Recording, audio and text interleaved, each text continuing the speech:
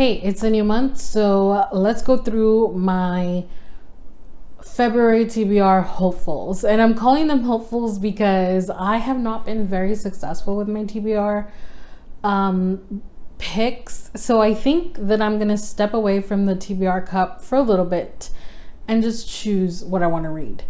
Now, I chose 11 books, but I might read a couple more because a lot of these are romances, and I go through romances pretty quickly. I also go through audiobooks pretty quickly, so it is possible that I will get to more, but for now, these are the ones that I know I will dedicate my time to because I truly want to read these. So I will be finishing some series. I'll be wrapping those up. So let's go through those first. So first up, I will be wrapping up the A Court of Thorns and Roses series, which I've already read. This is a reread for me. I'm reading them on graphic audio through Hoopla, and I really enjoy that so far. I do recommend it. But I actually, what is today? Today is February 5th when I'm filming this, and I've already read A Court of Frost and Starlight because it's like 200 pages long. It's so short. And I'm like 60% into this one. I fly through audiobooks. So yeah, these are pretty much already done. So do they count? Probably not. But yeah, I really love this series and I'm excited to wrap it up and see how I feel about Nesta, because Nesta, in the beginning, I was like okay with her. I didn't like her. I didn't hate her. This time around, I'm paying a lot more attention to her and Cassian.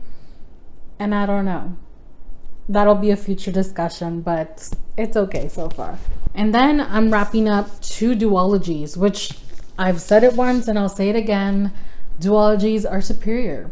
I feel like the world should have more duologies in it because I love them, especially if it was a good duology. The fact that you start it, you get invested, and then you have the immediate gratification and resolution. It's amazing. So the first one that I'm wrapping up, and I'm already reading this one. I've just started it, so I'm only like 2 chapters in. The Ashes and the Star-Cursed King by Chris Broadbent, which is book 2 in the Crowns of Nyaxia duology. I do have high hopes for this. I hope that it is better than the first one, especially because I feel like I'm invested in the characters now. We're getting new characters from the little novella that I really like, Lilith and Vel. So we'll see. Somebody, I think it was Summer, commented that she didn't love this, like it was okay. So I'm a little nervous, but I'm pretty forgiving with books, so hopefully I still have a good time. That being said, it is a thick book, which I don't love. This is 600 pages, so not too bad. 600 pages is not too bad. If you're a fantasy reader, that's not too bad.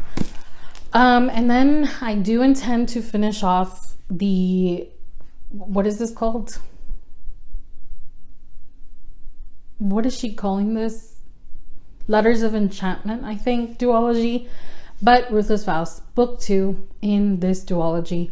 Book 1 being Divine Rivals, which we all know that I didn't love. I didn't hate it, but I didn't love it because there was no fantasy. And I needed at least a splash of fantasy.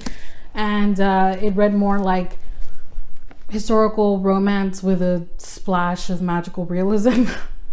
So I'm still salty about that, and I will continue to be salty about it. But hopefully this has more fantasy.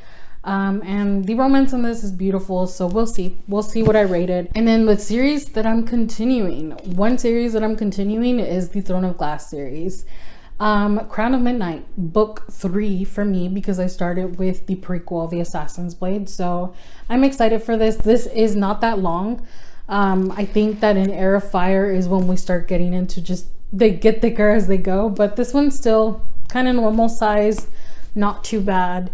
It is like a little over 400 pages, which is nothing, so I'm excited about it. I don't know what's gonna happen. The way that we ended Throne of Glass, I don't know. I feel like she's just gonna go on an adventure. What I'm waiting for is I'm waiting for her to see Arobin again, and like I want shit to go down with him, which I hope is gonna happen sometime before the end of this series, because if you know, you know. I'll also be continuing on with this world. It's not a series, but all these are kind of interconnected because they take place in the same world. So the first one was Icebreaker. It says a Maple Hills novel. Everything takes place in Maple Hills, and we're following this hockey team around essentially. So in the first one we follow Nate, who's captain of the hockey team, and in this one we follow Russ, who is a member of the hockey team. And then there's a third one coming out this year where we follow Henry, which they allude to is going to be the new captain of the hockey team since Nate's graduating and playing pro, but I'm not sure about that. However, Henry was just so cute, so sweet in the first book. Like, he was such a good friend to Anastasia, so I'm excited for that one. Russ, I mean, we really didn't get much of Russ other than she liked him as a friend. He was cool, but he wasn't one of the main guys of the friend group, if you know what I mean. So we'll see. This one is a little shorter than the last one, so I'm sure I'll fly through this one. And then I am going to be reading some standalones. So I don't know, I don't remember who it was that was excited for me to read The Long Game by Elena Armas. I will be reading it in February specifically for her because I told her I would. So I am excited about this. I do want to reread The Spanish Love Deception also, but I don't know if I'll get to that one. But for sure, I will make this one a priority. I don't know much about it. We follow, I think, a real estate agent.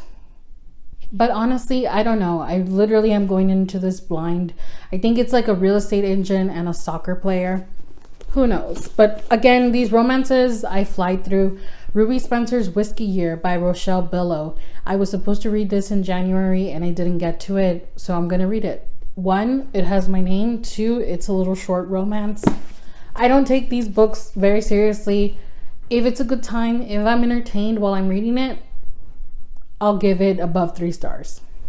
And then I have 3 ebooks on Libby where I had them on hold and now they've come up, so I need to read them because I only have them for like 14 days. So the first one is Butcher and Blackbird, which is a dark romance. It's about 2 serial killers that fall in love, which I don't know about it. I'm a little nervous about it. I have heard it's a little gruesome.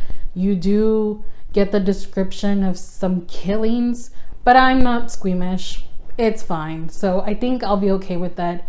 2 serial killers falling in love. It sounds unique, so I'm ready for that. I don't know how it is with the the spice level. I think it's a little high, which is not something that I read often, but everybody's been raving about this book, so I'm intrigued. And then I'm also going to be buddy reading, hopefully, if he has time, Project Hail Mary with my brother. I gifted this for Christmas, and I'm just going to be reading it off of Libby. If I love it, then I'll purchase it once I move to California. But for now, I'll have the ebook. And this one is, I think this is like a mystery thriller, which is not, neither of those are my preferred genres, but I've heard nothing but good things about this book.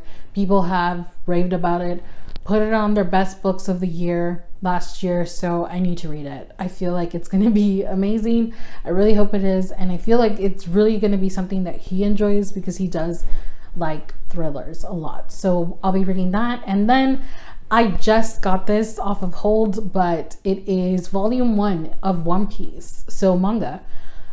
It is only volume 1. It's not like the omnibus version, so I should fly through that. And I was checking and they don't have the other volumes available. I don't think so. So I'm just gonna get teased with volume 1. And if I love it, then I, will not be able to read the rest. So we'll see. We'll see what I do about that. But I will be reading that volume, and I think that's it. That's it for my must reads, right? Like the ones that I'm really just interested and invested in right now. Again, these are potentials, so we may have more, we may have less, depending on, it's a shorter month. I don't know what we're gonna do, but I am prioritizing them because I'm actually really excited about every single book that I mentioned today.